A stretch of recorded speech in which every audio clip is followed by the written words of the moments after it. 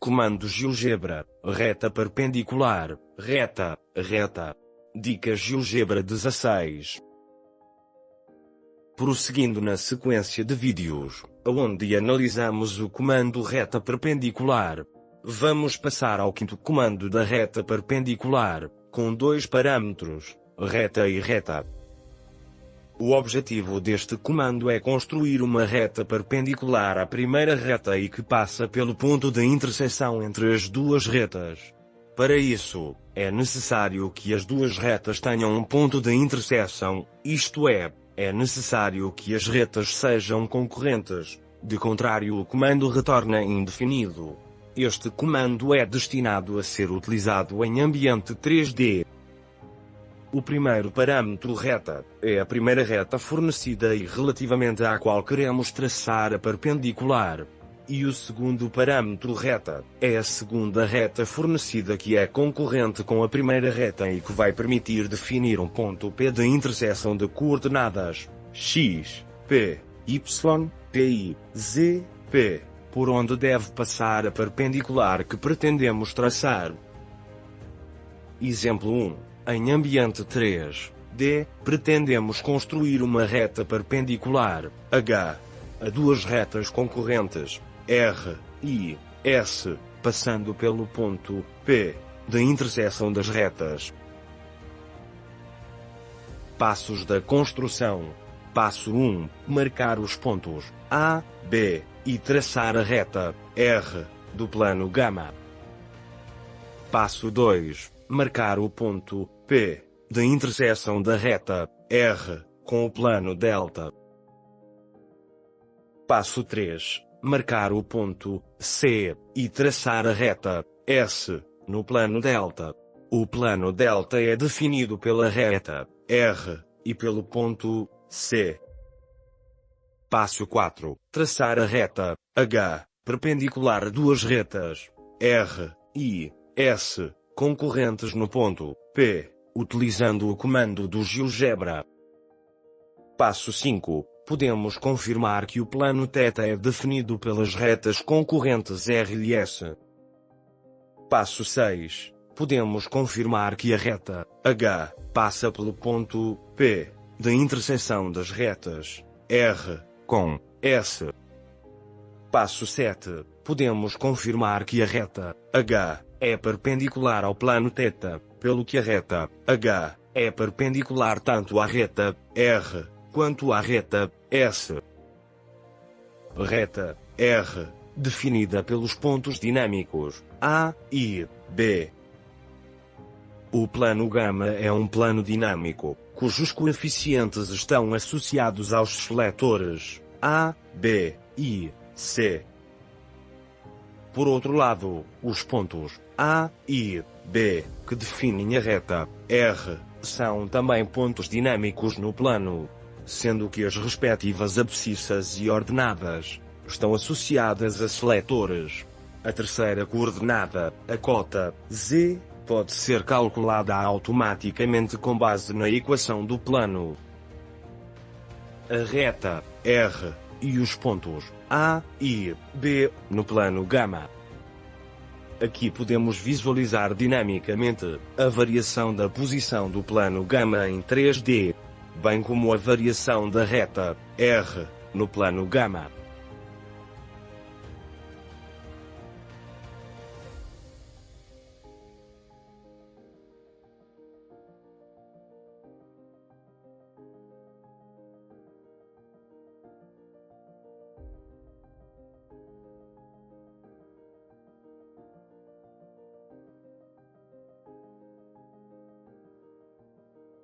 A reta S e os pontos P e C no plano delta.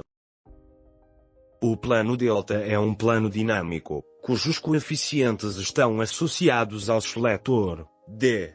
Neste caso temos apenas um seletor, porque o plano delta foi escolhido com uma particularidade, ser perpendicular ao plano X, Y. Mas é evidente que poderia ser um plano do tipo do plano gama.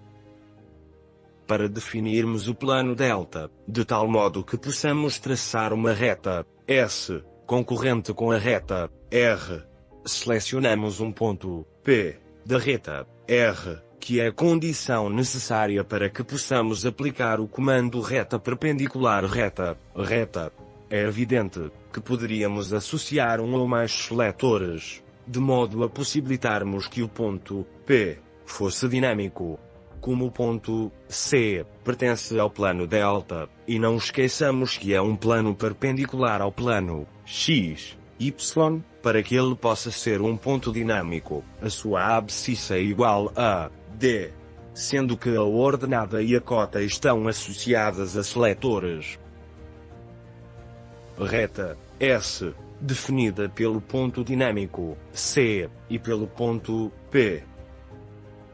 Aqui podemos visualizar dinamicamente a variação da posição do plano delta em 3D, bem como da variação da reta S no plano delta.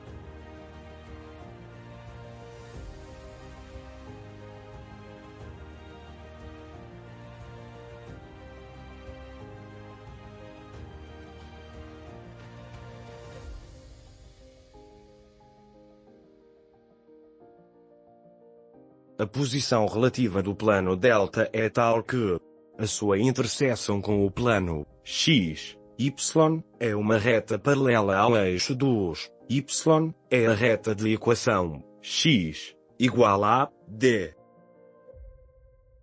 Temos então aqui os dois objetos geométricos que necessitamos para aplicar o comando reta perpendicular reta. Temos as retas R e S concorrentes no ponto P. O plano θ definido pelas retas R e S é um plano perpendicular à reta H. A reta H é traçada recorrendo ao comando reta perpendicular reta. No fundo, utilizar este comando é equivalente a utilizar o comando reta perpendicular ponto plano, em que o plano é o plano θ definido pelas retas concorrentes R e S, e o ponto é o ponto de interseção dessas retas.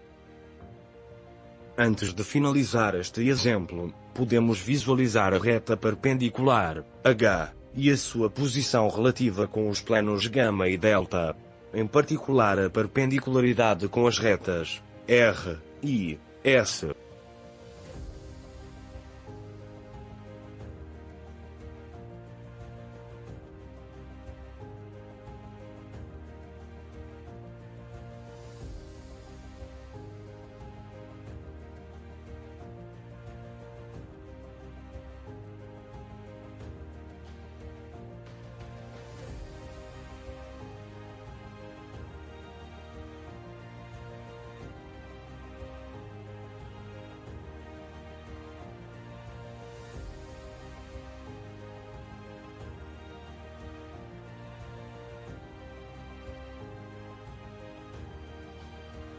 Exemplo 2. Em ambiente 3D, vamos construir, em um sistema de coordenadas não ortogonais, uma reta perpendicular à reta R, no ponto I, de interseção com uma reta concorrente S. Passos da construção. Passo 1. Definir o sistema não ortogonal, a origem e os eixos. Passo 2. Definir os vetores base do sistema não ortogonal. Passo 3. Com base em dois pares de pontos, traçar as duas retas R e S no sistema ortogonal. Passo 4. Transformação dos dois pares de pontos do sistema ortogonal para o sistema não ortogonal. Passo 5. Marcar o ponto I de interseção das duas retas R e S no sistema não ortogonal. Passo 6. Perpendicular H às duas retas R e S no sistema não ortogonal. Vamos começar por definir o ponto O, que é a origem dos eixos, e depois vamos passar à caracterização dos eixos do sistema não ortogonal. O eixo X é o padrão com vetor base E, X. O eixo y está inclinado θ graus em relação ao eixo x, e de modo que esse referencial possa ser dinâmico, criamos o seletor θ, pelo que o vetor base é y, e o eixo z é o padrão com o vetor base z. Podemos então visualizar os três eixos do sistema não ortogonal. O eixo x e z são os mesmos do sistema ortogonal. A alteração está no eixo y. Vetores base x e z, e os respectivos eixos x e z. O seletor θ, o vetor base y, e o respectivo eixo y. Aqui podemos visualizar dinamicamente a relação de posição entre um ponto P no sistema ortogonal, a preto, e o mesmo ponto P no sistema não ortogonal, a roxo. Fazendo variar o seletor θ, temos uma infinidade de sistemas não ortogonais. E reparemos que quando o ângulo θ é igual a 90 graus, o eixo y é um eixo base, pelo que o sistema passa a ser também um sistema ortogonal.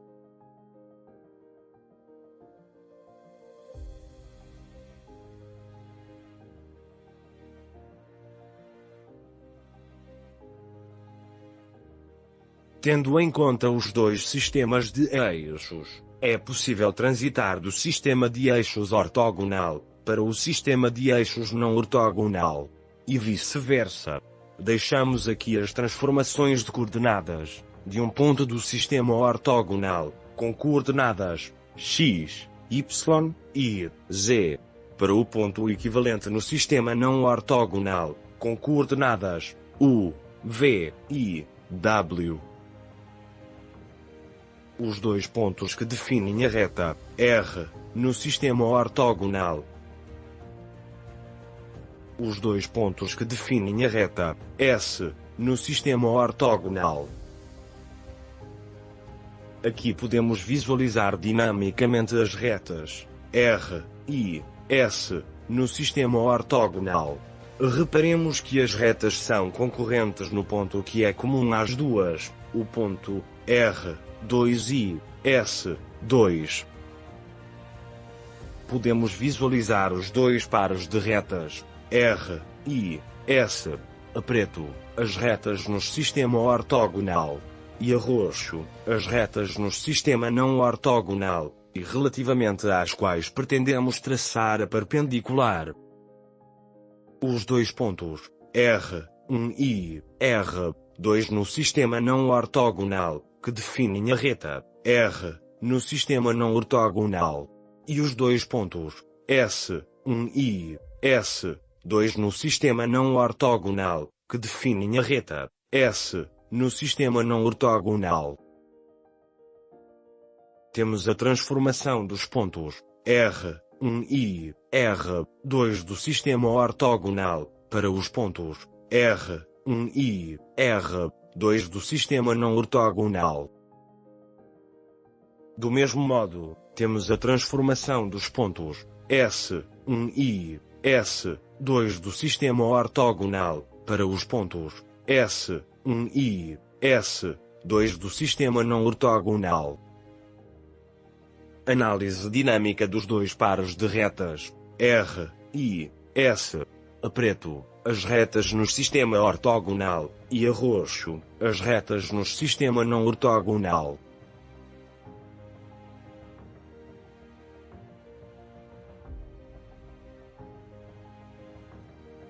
Aqui podemos visualizar o plano definido no sistema não ortogonal pelas retas R e S. Ponto I da interseção da reta R com a reta S no sistema não ortogonal. Plano definido pelas duas retas concorrentes. Reta H perpendicular às retas R e S no sistema não ortogonal, passando pelo ponto I.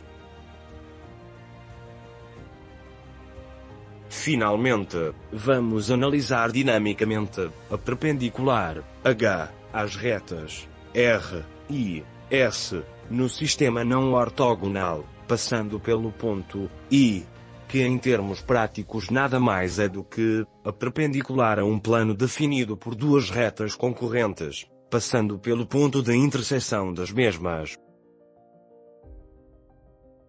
Exemplo 3. Em ambiente 3D, vamos construir as perpendiculares H1 e H2, respectivamente às assíntotas R1 e R2 de uma hipérbole, no ponto de interseção de cada uma delas, com uma tangente à hipérbole num ponto P.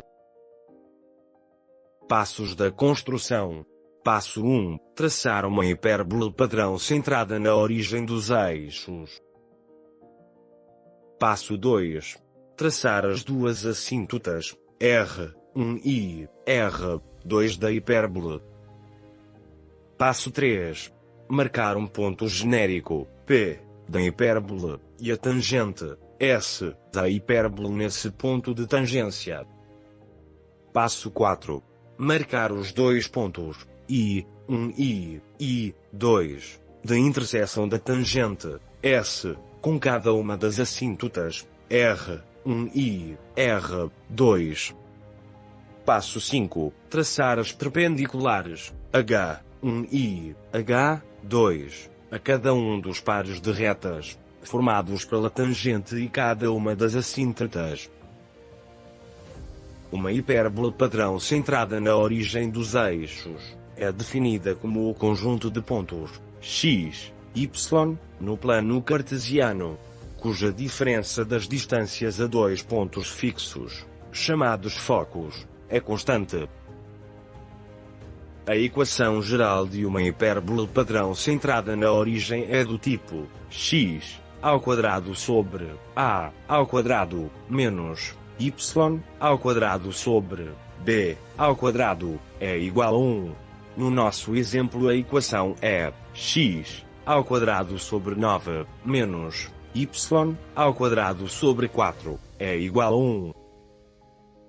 Uma hipérbole tem sempre dois ramos, um ramais, com duas assíntotas.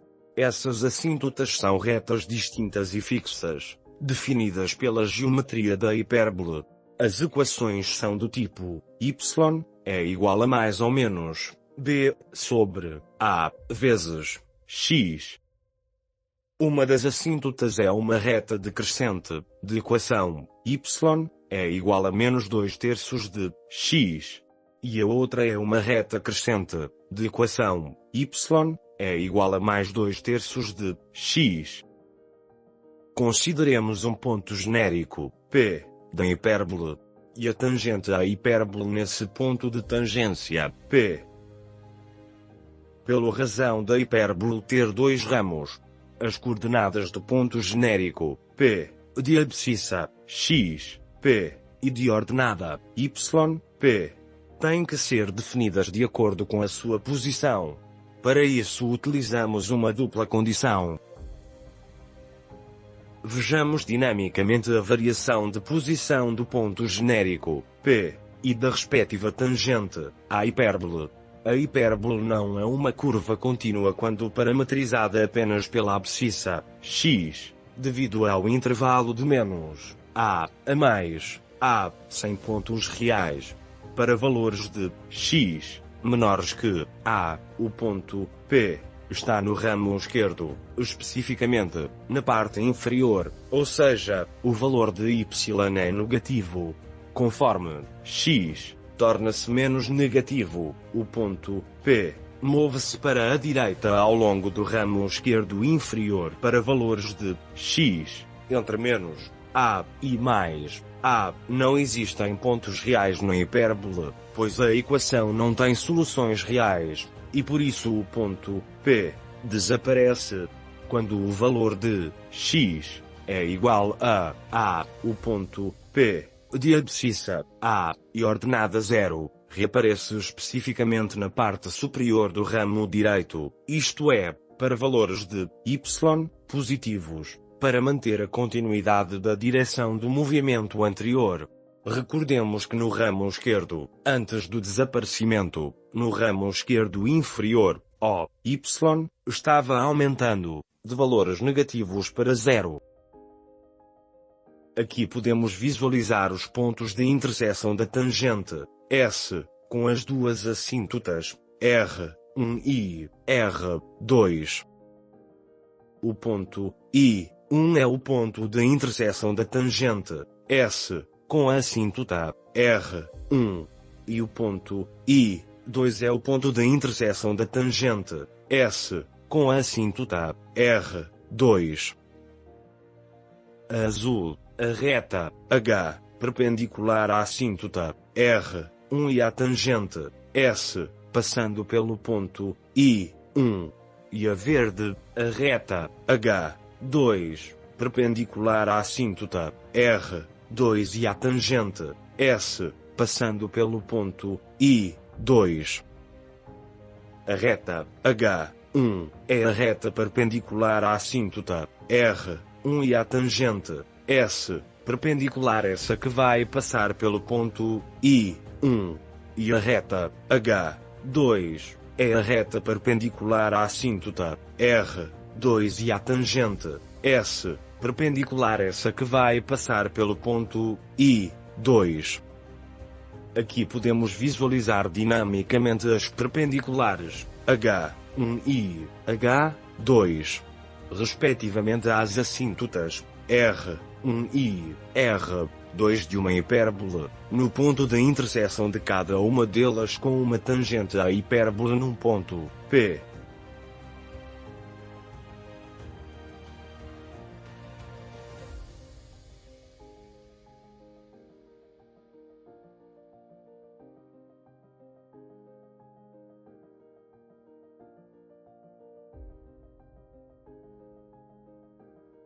Exemplo 4. Em ambiente 3D, vamos construir a reta H perpendicular ao plano definido pelos vértices A, B e C de um triângulo esférico, ou em particular, perpendicular a duas retas definidas por aqueles três pontos. Passos da construção. Passo 1. Traçar uma esfera de raio R centrada na origem. Passo 2. Traçar os planos dinâmicos 1, 2 e 3 que vão intersetar a esfera para definir o triângulo esférico A, B, C. Passo 3. Marcar os vértices A, B, C do triângulo esférico. Passo 4. Traçar os três lados do triângulo esférico, os arcos A, B, C e B, C. Passo 5. A partir dos vértices do triângulo esférico, traçar duas retas concorrentes S e T. Passo 6. Traçar a perpendicular H às duas retas S e T. Vamos iniciar pela definição do seletor R, que vai controlar o raio da esfera. Para a construção de um triângulo esférico, utilizamos uma esfera e três planos que a intersetam. Cada plano define um círculo, e a interseção desses círculos formam os lados do triângulo.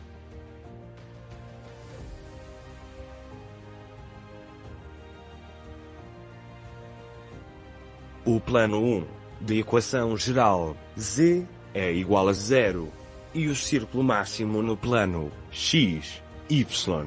Recordemos que um círculo máximo é a interseção de um plano, que passa pelo centro da esfera, com a superfície esférica, dividindo a esfera em dois hemisférios iguais.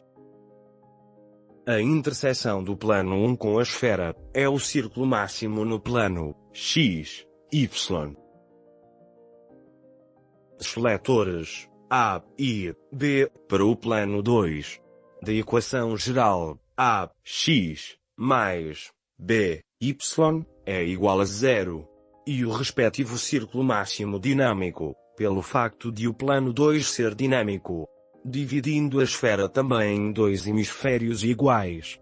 O intervalo de variação dos valores escolhido para os seletores A e B foi de -5 a +5, mas para garantir que o triângulo esférico seja bem definido, ou seja, que a reta de interseção entre os planos 1 e 2 gere pontos válidos na esfera, é necessário que o valor máximo possível para o coeficiente b seja igual ao simétrico do valor a no momento.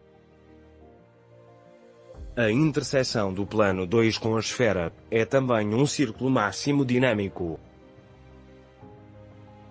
Aqui podemos visualizar a variação do círculo máximo, que resulta da interseção do plano 2 com a esfera.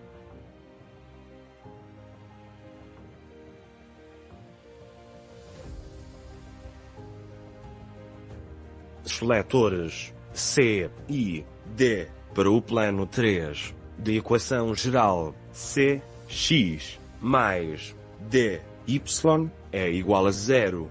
E o respectivo círculo máximo dinâmico, pelo facto de o plano 3 ser dinâmico, dividindo a esfera também em dois hemisférios iguais.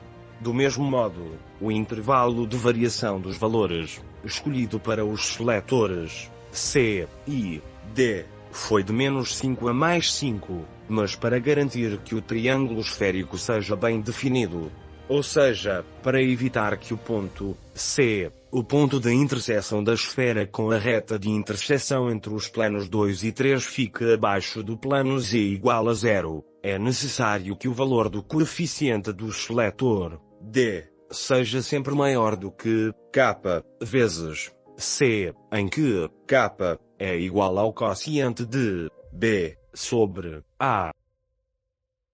A interseção do plano 3 com a esfera é também um círculo máximo dinâmico. Aqui podemos visualizar a variação do círculo máximo que resulta da interseção do plano 3 com a esfera.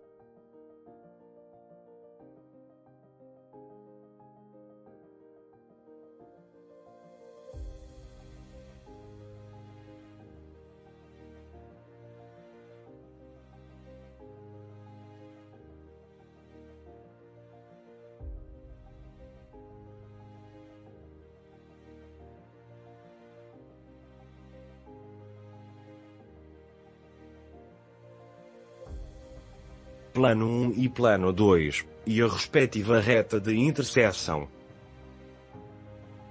Reta de interseção, plano 1, plano 2. Plano 1 e plano 3, e a respectiva reta de interseção. Reta de interseção, plano 1, plano 3. Plano 2 e plano 3. E a respectiva reta de interseção. Reta de interseção, plano 2, plano 3. O ponto A, um dos vértices do triângulo esférico, é a interseção da esfera, com a reta de interseção entre os planos 1 e 2. Porque o plano 1 é um plano equatorial, tem a equação Z é igual a 0. A reta de interseção com outro qualquer plano, em particular o plano 2, também pertence ao plano equatorial. O ponto B é o outro dos vértices do triângulo esférico. É a interseção da esfera, com a reta de interseção entre os planos 1 e 3. Porque o plano 1 é um plano equatorial, tem a equação Z é igual a 0. A reta de interseção com outro qualquer plano, em particular o plano 3, também pertence ao plano equatorial. O ponto C é o terceiro vértice do triângulo esférico. É a interseção da esfera, com a reta de interseção entre os planos 2 e 3. Porque nenhum dos planos é um plano equatorial. A reta de interseção é uma reta que não está contida no plano equatorial. Daí que o GeoGebra indique dois pontos, que designamos por ponto 1 e ponto 2. Agora pergunta-se, então qual deles é o ponto C, que nos interessa? Enquanto os pontos A e B estão em retas do plano equatorial, onde o índice 1 do comando intersetar a esfera é suficiente para selecionar um ponto. O ponto C está em uma reta fora do equador, gerando pontos antípodas, isto é, pontos com coordenadas opostas. De modo a garantirmos que o triângulo se mantenha no mesmo hemisfério, temos que selecionar, dos dois pontos, aquele que tem maior cota. Foi essa a razão pela qual tivemos que utilizar a condição, se os lados do triângulo esférico A, B, C são arcos. O arco A, B é um arco no equador, com Z igual a 0. O arco A, C é um arco no plano X igual a 0. E o arco B, C é um arco no plano Y mais Z igual a 0. Como podemos constatar, ao definir o arco A, B, temos o arco direto A, B, de maior distância angular, e o arco indireto A, B, de menor distância angular. E é este exatamente o que nos interessa, porque é aquele que faz parte do triângulo esférico A, B, C. Para que seja feita uma opção de escolha automática, vamos adotar a seguinte metodologia. Vamos usar uma flag condicional para selecionar automaticamente o arco menor entre dois pontos, A e B. A chave é calcular a distância angular entre esses pontos, no círculo máximo, se a distância angular for igual ou menor a 180 graus. Temos o arco direto, enquanto se a distância angular for maior a 180 graus, temos o arco complementar. Para calcular a distância angular vamos recorrer ao produto escalar dos vetores O, A e O, B. Aqui podemos visualizar os dois arcos, o direto e o indireto, e no nosso caso, o lado A, B, do triângulo esférico A, B, C, corresponde ao arco indireto. Lados A, B, A, C e B, C, do triângulo esférico A, B, C. As retas S e T definem um plano, relativamente ao qual vamos traçar a perpendicular. A reta perpendicular às duas retas concorrentes, S e T, passando pelo ponto de interseção, que é o ponto A, um dos vértices do triângulo esférico A, B, C. A reta perpendicular às duas retas concorrentes, e os dois pontos de interseção, I1 e I2, com a esfera. Observemos que o ponto I1 é coincidente com o ponto A. Antes de concluirmos este quarto exemplo, vamos visualizar dinamicamente a alteração do triângulo esférico A, B, C, e a perpendicular às retas concorrentes S e T. Quando fazemos variar os planos 2 e 3, reparemos nos valores extremos para os coeficientes A, B, C e D, bem como a relação entre eles, e que permitem fazer variar os planos 2 e 3.